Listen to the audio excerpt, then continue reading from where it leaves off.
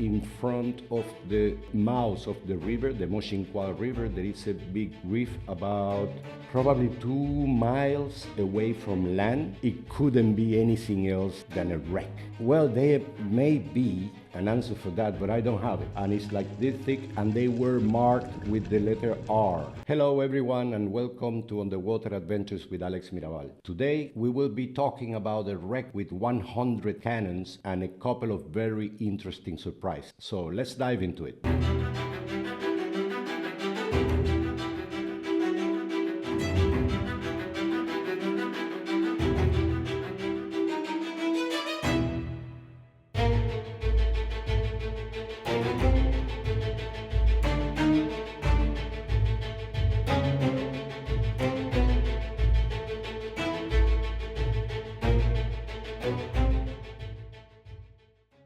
The story of this wreck starts in the island of Mozambique. The island of Mozambique is a very small island nearby the coast, the continental coast of Africa in front of Mozambique country. And it's a very small island. It has 2 kilometers long and the widest part is about 400 meters. So in most of the places of the island, you can see both coasts. You can see each other from each end of the island. Exactly. It is a very small island. It was a very important settlement for the Portuguese during all this Indian career, and it is connected to the continent by a bridge which has approximately 3 kilometers long. So you can imagine that the bridge is bigger than the island.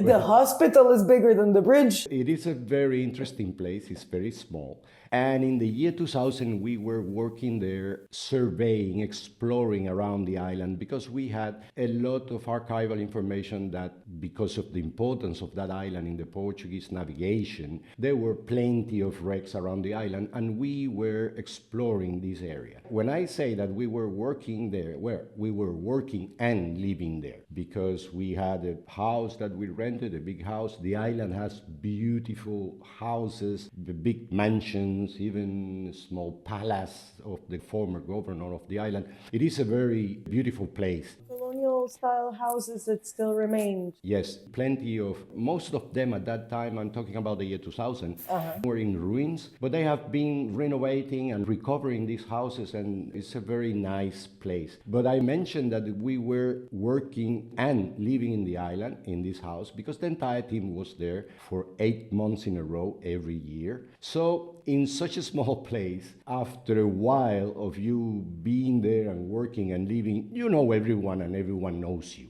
So we realized that the kids of the island were selling gold coins to the tourists and to whoever wanted to buy them. This is not, it's not that strange as it sounds, because the kids in the island, they are always selling old Portuguese coins. Most of these coins people find in these old houses when they renovate them, either in the backyard or in a wall or something.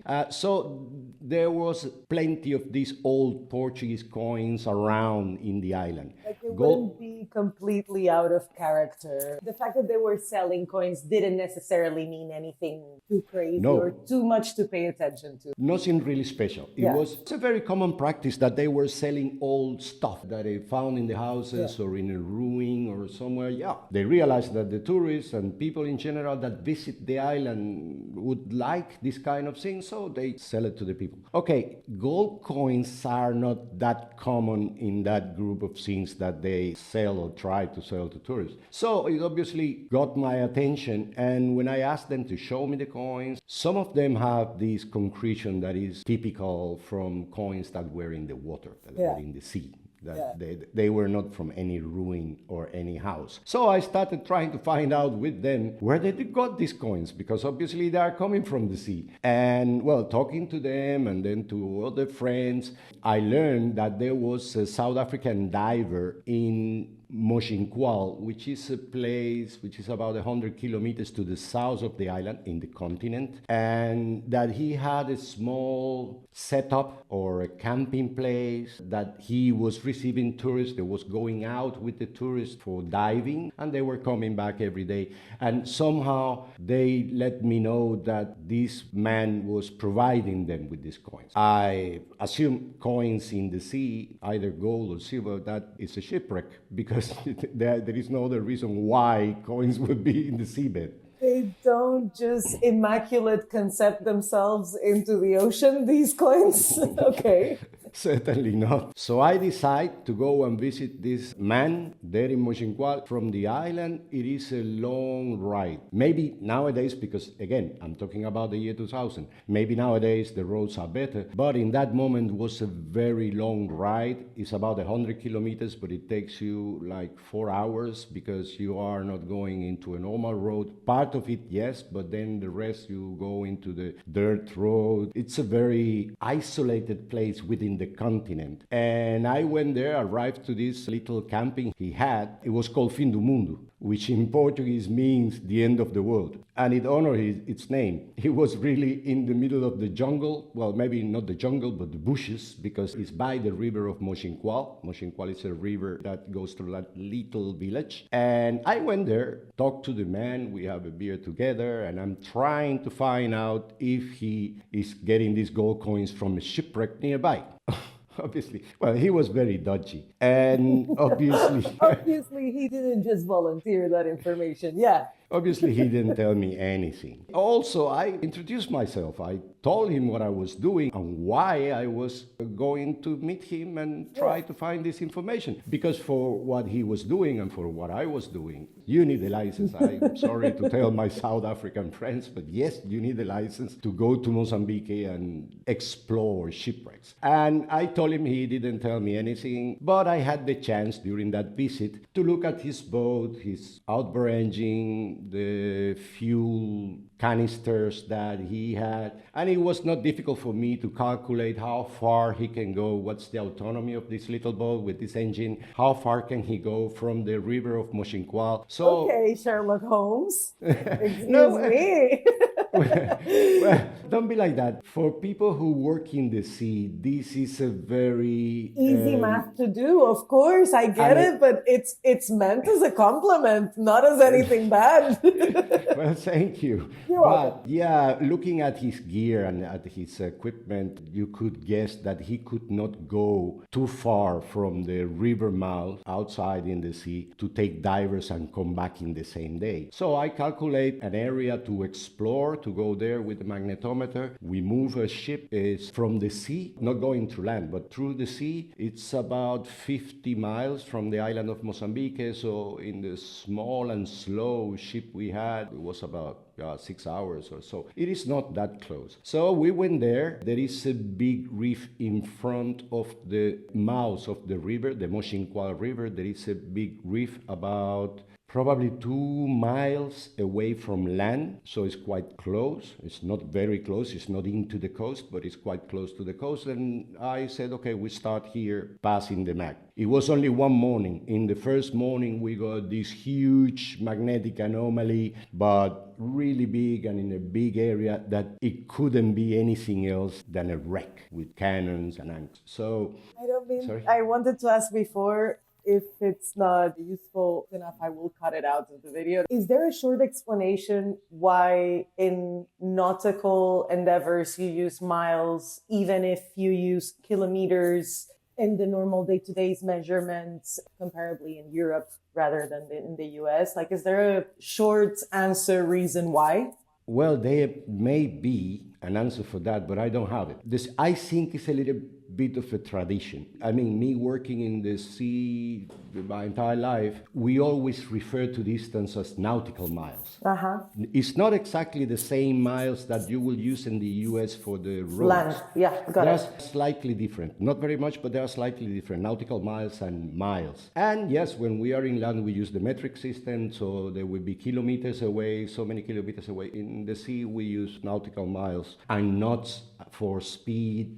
That's why I'm asking, because I keep on hearing it. I'm like, okay, but clearly in so many other things we use the metric system, and then we go to that. The answer that you gave makes very much sense. Tradition or being used to it, or the way that it was implemented back in the day was in this way and we never changed it. Got it. Sorry, we can continue to the point that you I think it's were. out of tradition. Okay. I don't really have a technical answer for that. Sure.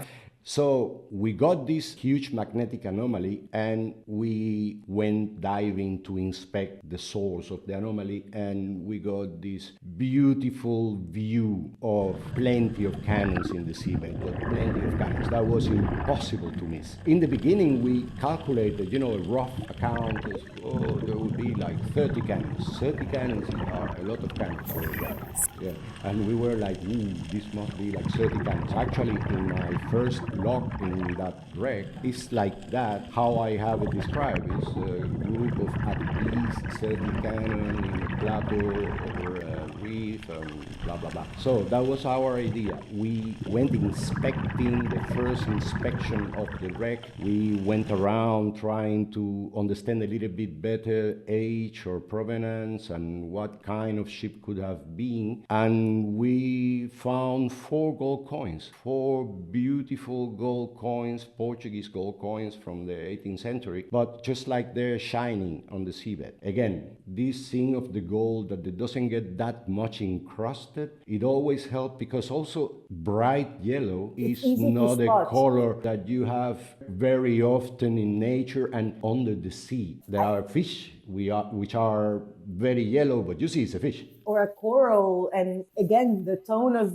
yellow, if you know a little bit about color, the tone is very different. The yellow that it's from a fish or from a coral is quite different from gold yellow. And it also shines with the sun. And this is a reef, like most of the reef wrecks, the depth is very shallow. So light comes in quite easily. It's quite transparent waters in this place, so you can see very well. That was the reason why we found 4 gold coins in the first inspection of the site. Well, we went back, very happy with our coins. Now we had something to start the research of the wreck, because coins, as I have mentioned, they give you dates, they give you a country, they give you quite some information and help you in the historical research and to find out eventually what ship it was. So we started doing that, and we decided to go. This is a place which is difficult to work on. Although it's shallow and are transparent waters, most of the time it is rough, because very close to the reef, to the outside, you have a drop off of the continental shelf, and there are very deep waters. So the waves are coming with all their strength and they end up in the reef. They don't break before. So it is a place that normally have rough conditions. So we wanted to prepare properly the dives and to plan which kind of intervention we will do in the wreck, because it was very big. It's a large area and it's difficult to work. So we went back to set up. We went back to the island of Mozambique to set up everything and to decide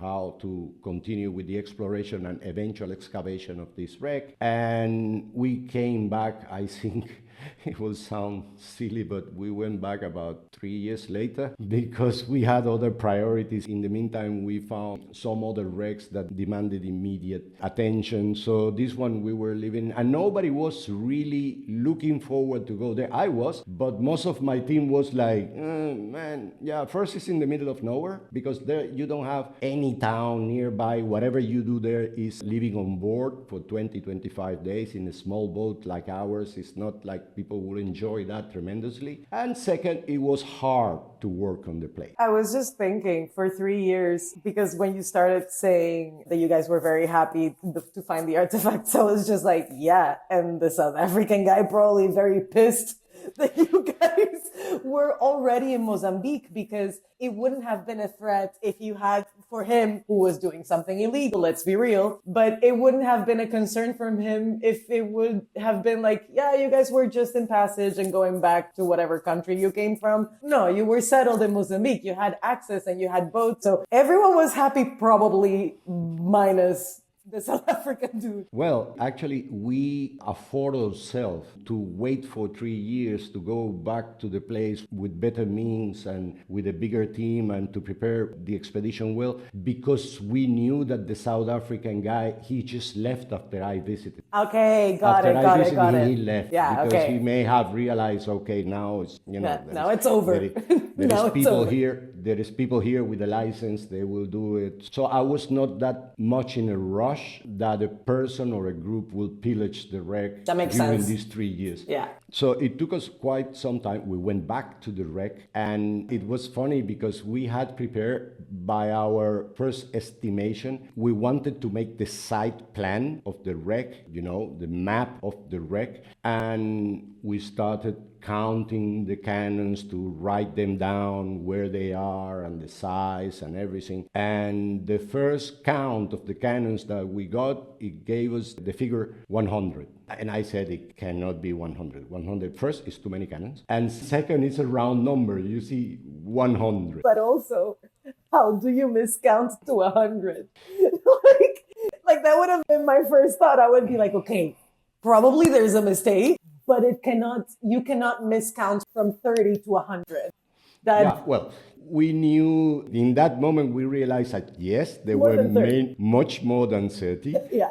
But the number 100 strikes you as odd. Totally, It totally. should have been 98 or Yeah, yeah. 101, but the 100. So I assume we counted it wrong. So we before preparing that, we did a second count. And in this time, we were like 3 guys in the water together. So we shrink a little bit the error margin so everyone sees the same. And we came back to the boat with, again, 100 cannons. And I still was not convinced. And I said, okay, I will do something. Let's prepare some plastic tacks out of plastic canister of oil. And we cut them and we write with a marker, numbering them from 1 to 120. And put a little string on them, and we went through the wreck tagging every cannon so we could. First, it was to count them properly, and second was with the intention of, if we excavate the wreck, you have references to write down and to locate the artifacts that you're finding. So you said to cannon number 11, 2 meters in this direction. Do you do that normally with most wrecks? Yes, you have to. You have to plan to map the wreck, and it depends if it doesn't have too many cannons or the cannons are in an area that you can easily relate to them. You number them in your reports, but you don't necessarily have to put a tag. The diver will know this is G1, this is G2, this is G5. When it's over. But in such a place with cannons piled up one on top of the other, there were also 3 types of cannon. All the cannons were not the same. They were, at least we identify 4 types of cannon. One type was 3 meters long, the other type was 2.2 meters long, there was 1.6 meters long, and carronades, which are a different kind of cannon. So in this big amount of cannons, you really need a way to orientate yourself. Totally. So we did that, we put the tags, and we started excavating the place. The place was a big ship. A small ship wouldn't carry such amount of cannon, but it not only have cannon, there were iron blocks and there were remains under the cannons. You could see some remains of the wood of the ship with big bolts. So it was a large ship, and I was with the hope that our historians will quickly find, because of the location and the sheer amount of cannon and the date, because the coins that we found, they were dated between 1780 and 1790 some in that first dive, these 4 coins. So you already have a range in which the ship should have loaded its cargo and then sunk. So historical investigation was ongoing, and we were trying to survey the site to gather the more data we could. So it was difficult. It was difficult to work there with a metal detector, for instance, because you have 100 iron cannons. You almost have no place to put your metal detector without beep. it's beeping since you have it in the Zodiac. I was going to say it's beeping since the boat. You haven't taken to the water and it's already beating. And so it was quite complex. And not only because of that, the ship was so big and it had plenty of these copper pins to attach the copper sheeting to the wood of the hull. And there are millions and they were all over the place. So there was almost no place in which you put your metal detector, even if you are far enough from the cannon, that wouldn't ring. So we decided for some of the test sondages we did in the wreck, we decided just to select few areas in the wreck, regardless of what the metal detector say or no. So we decided to open there and try to see how's the stratigraphy of the place and if there were artifacts that will help us in the identification. That way we found that these copper pins, sometimes they were all scattered in the place, but sometimes they got together in a concretion and they were like big clumps of these copper pins. We start finding military objects like sword handles or sword hilts from the Portuguese army, copper ones, very beautiful but quite common. This model of sword handles wouldn't help us a lot because it was used not only in Portugal but also in France and in many countries for quite a long time. So it was not something that it would be very accurate in telling you an approximate date. We started finding also the quite regular or quite common glass toppers for these medicine vials. I have talked about that in other episodes of other wrecks. Many of the wrecks have these glass toppers. It's incredibly how glass in such a rough environment it survives. It's something really impressive. I imagine many people that are interested in this line of work, that is a big pusher for liking this industry. It's always amazing to see how certain artifacts or certain objects withstand or not the impacts of erosion and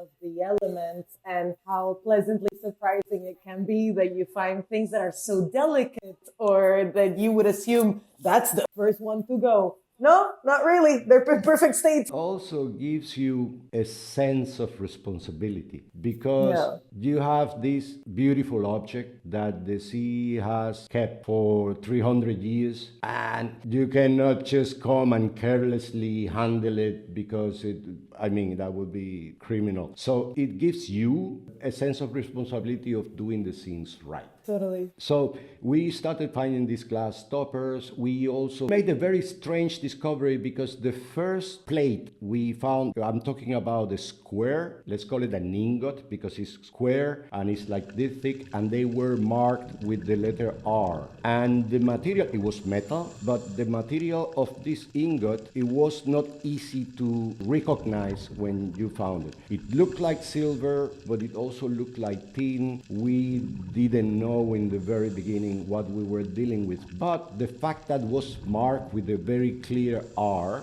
the letter R, it made us think that was something important, was part of a cargo, that it needed identification. So this makes it an interesting artifact. But then we start finding another one, and then we start finding another one, and we found a group of them. All of them were similar, same dimensions, the same thickness, and the same R letter, and the gold coins. We found plenty of gold coins. Portuguese gold coins of that time are beautiful. They are, okay, every gold coin you can say is beautiful, but these ones in particular, they are very pretty coins. They are big, they are heavy, but they are very pretty coins. And also the coins were giving us information, not only because of the years, but a group of them were minted in Lisbon, and another group was minted in Rio de Janeiro in Brazil. So we started putting together a picture until our historian said, okay, this should be the Nossa Senhora Madre de Deus, so Our Lady, Mother of God, that sunk in 1802. Every coin that we have found, the newer one was of 1801, so there was no contradiction to that. And that ship, the Nossa Senhora Madre de Deus, went from Lisbon to India, but with a stopover in Brazil. And in Brazil, in Rio, they loaded part of the cargo. So part of the coins were minted in Rio. Some coins were minted in Bahia as well, and the others in Lisbon. So everything makes sense that this could be the Nossa Senhora Madre de Deus. We ended up finding approximately Yeah, it was, if I'm not mistaken, were 43 of these beautiful gold coins. A lot of other artifacts. This I mentioned, these sword hilts and these intriguing. Even today, I don't know what they are. I haven't had the chance to continue that research, but I will, because these little square ingots with the letter R, that by now I assume that is from Rio as well, because the coins, the mark in the coin, meaning that they were minted in Rio, is just an R. Maybe they use it the same for these ingots. And I know nothing about this, but from hearing you, I would assume probably that that was the way for in the cargo, in the manifesto, for them to track what was loaded in Rio and what came from Lisbon by stamping it with an R.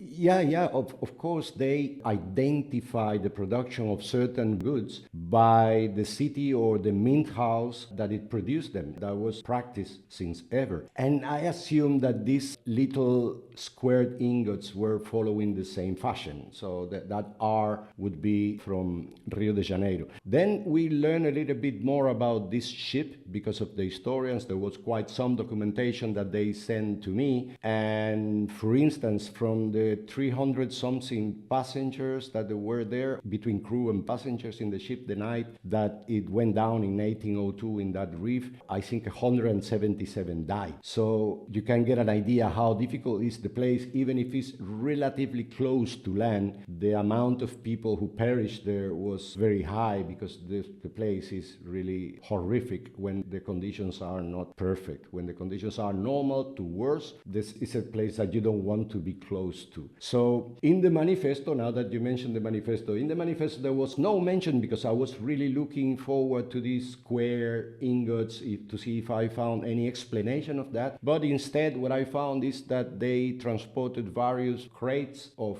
gold bars, for instance, in the value of I think 4,000 cruzados or something. Which you never saw. Like those found... were recovered. Yes, there is a list. I even have a scan of that page. There is a list of the gold bars that were recovered, I think, like 3 months later. Yeah. So that they came with other boats and they recovered a great part of the cargo, which consisted also in tobacco, and it have plenty of stuff. It has silver patacas from Brazil, which is, pataca is a kind of coin. A silver coin. Yeah, it sounds weird, but it's a coin. It's a type of coin. So the manifesto, the cargo list, and the files of this ship were quite complete. It was quite interesting to go through these files and to finally identify the wreck. And here I want to share with you a little bit of experience that will help you when you are investigating shipwrecks and trying to find its identity. This happens quite a lot, and for us was a little bit difficult to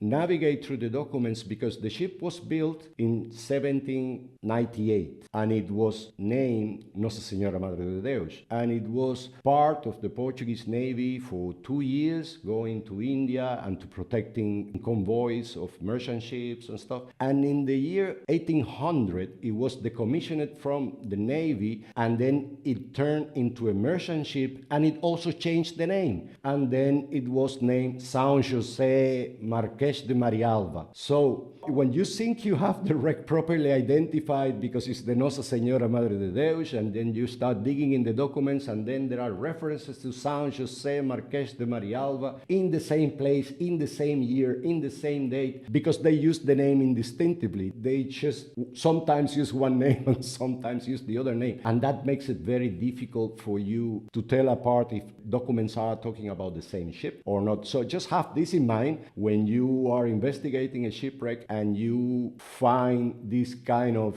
incongruences, because it happens. They change the name of the ships, and like in a city now, you can change the name of a famous road and people will continue calling it the former name for years. And this happened to us with the Nossa Senhora Madre de Deus, with at some point we were totally unsure what we were doing, because there were both names coming up after a while it was quite obvious, but the name of the ship puzzled us for a while. I wanted to share this story with you first because of the beauty of these coins, which are great. Second, because when you see these square ingots made probably of tin, maybe some of you have seen something similar and could help me in my research. I'm sure someone would have this part of experience which I don't. The place is also very nice. I think I have some footage that you by now may have seen already in the video that could make it a nice view to the place. And second, because having 100 cannon in one wreck is one of the few times that you will find that, and I wanted to share with you. Thank you very much for watching the video till the end. I hope you like it. If you did, please give it a like, leave a comment in the comment section. I know that I have mentioned some beautiful artifacts. Please let me know what you think about it, and let's keep on diving.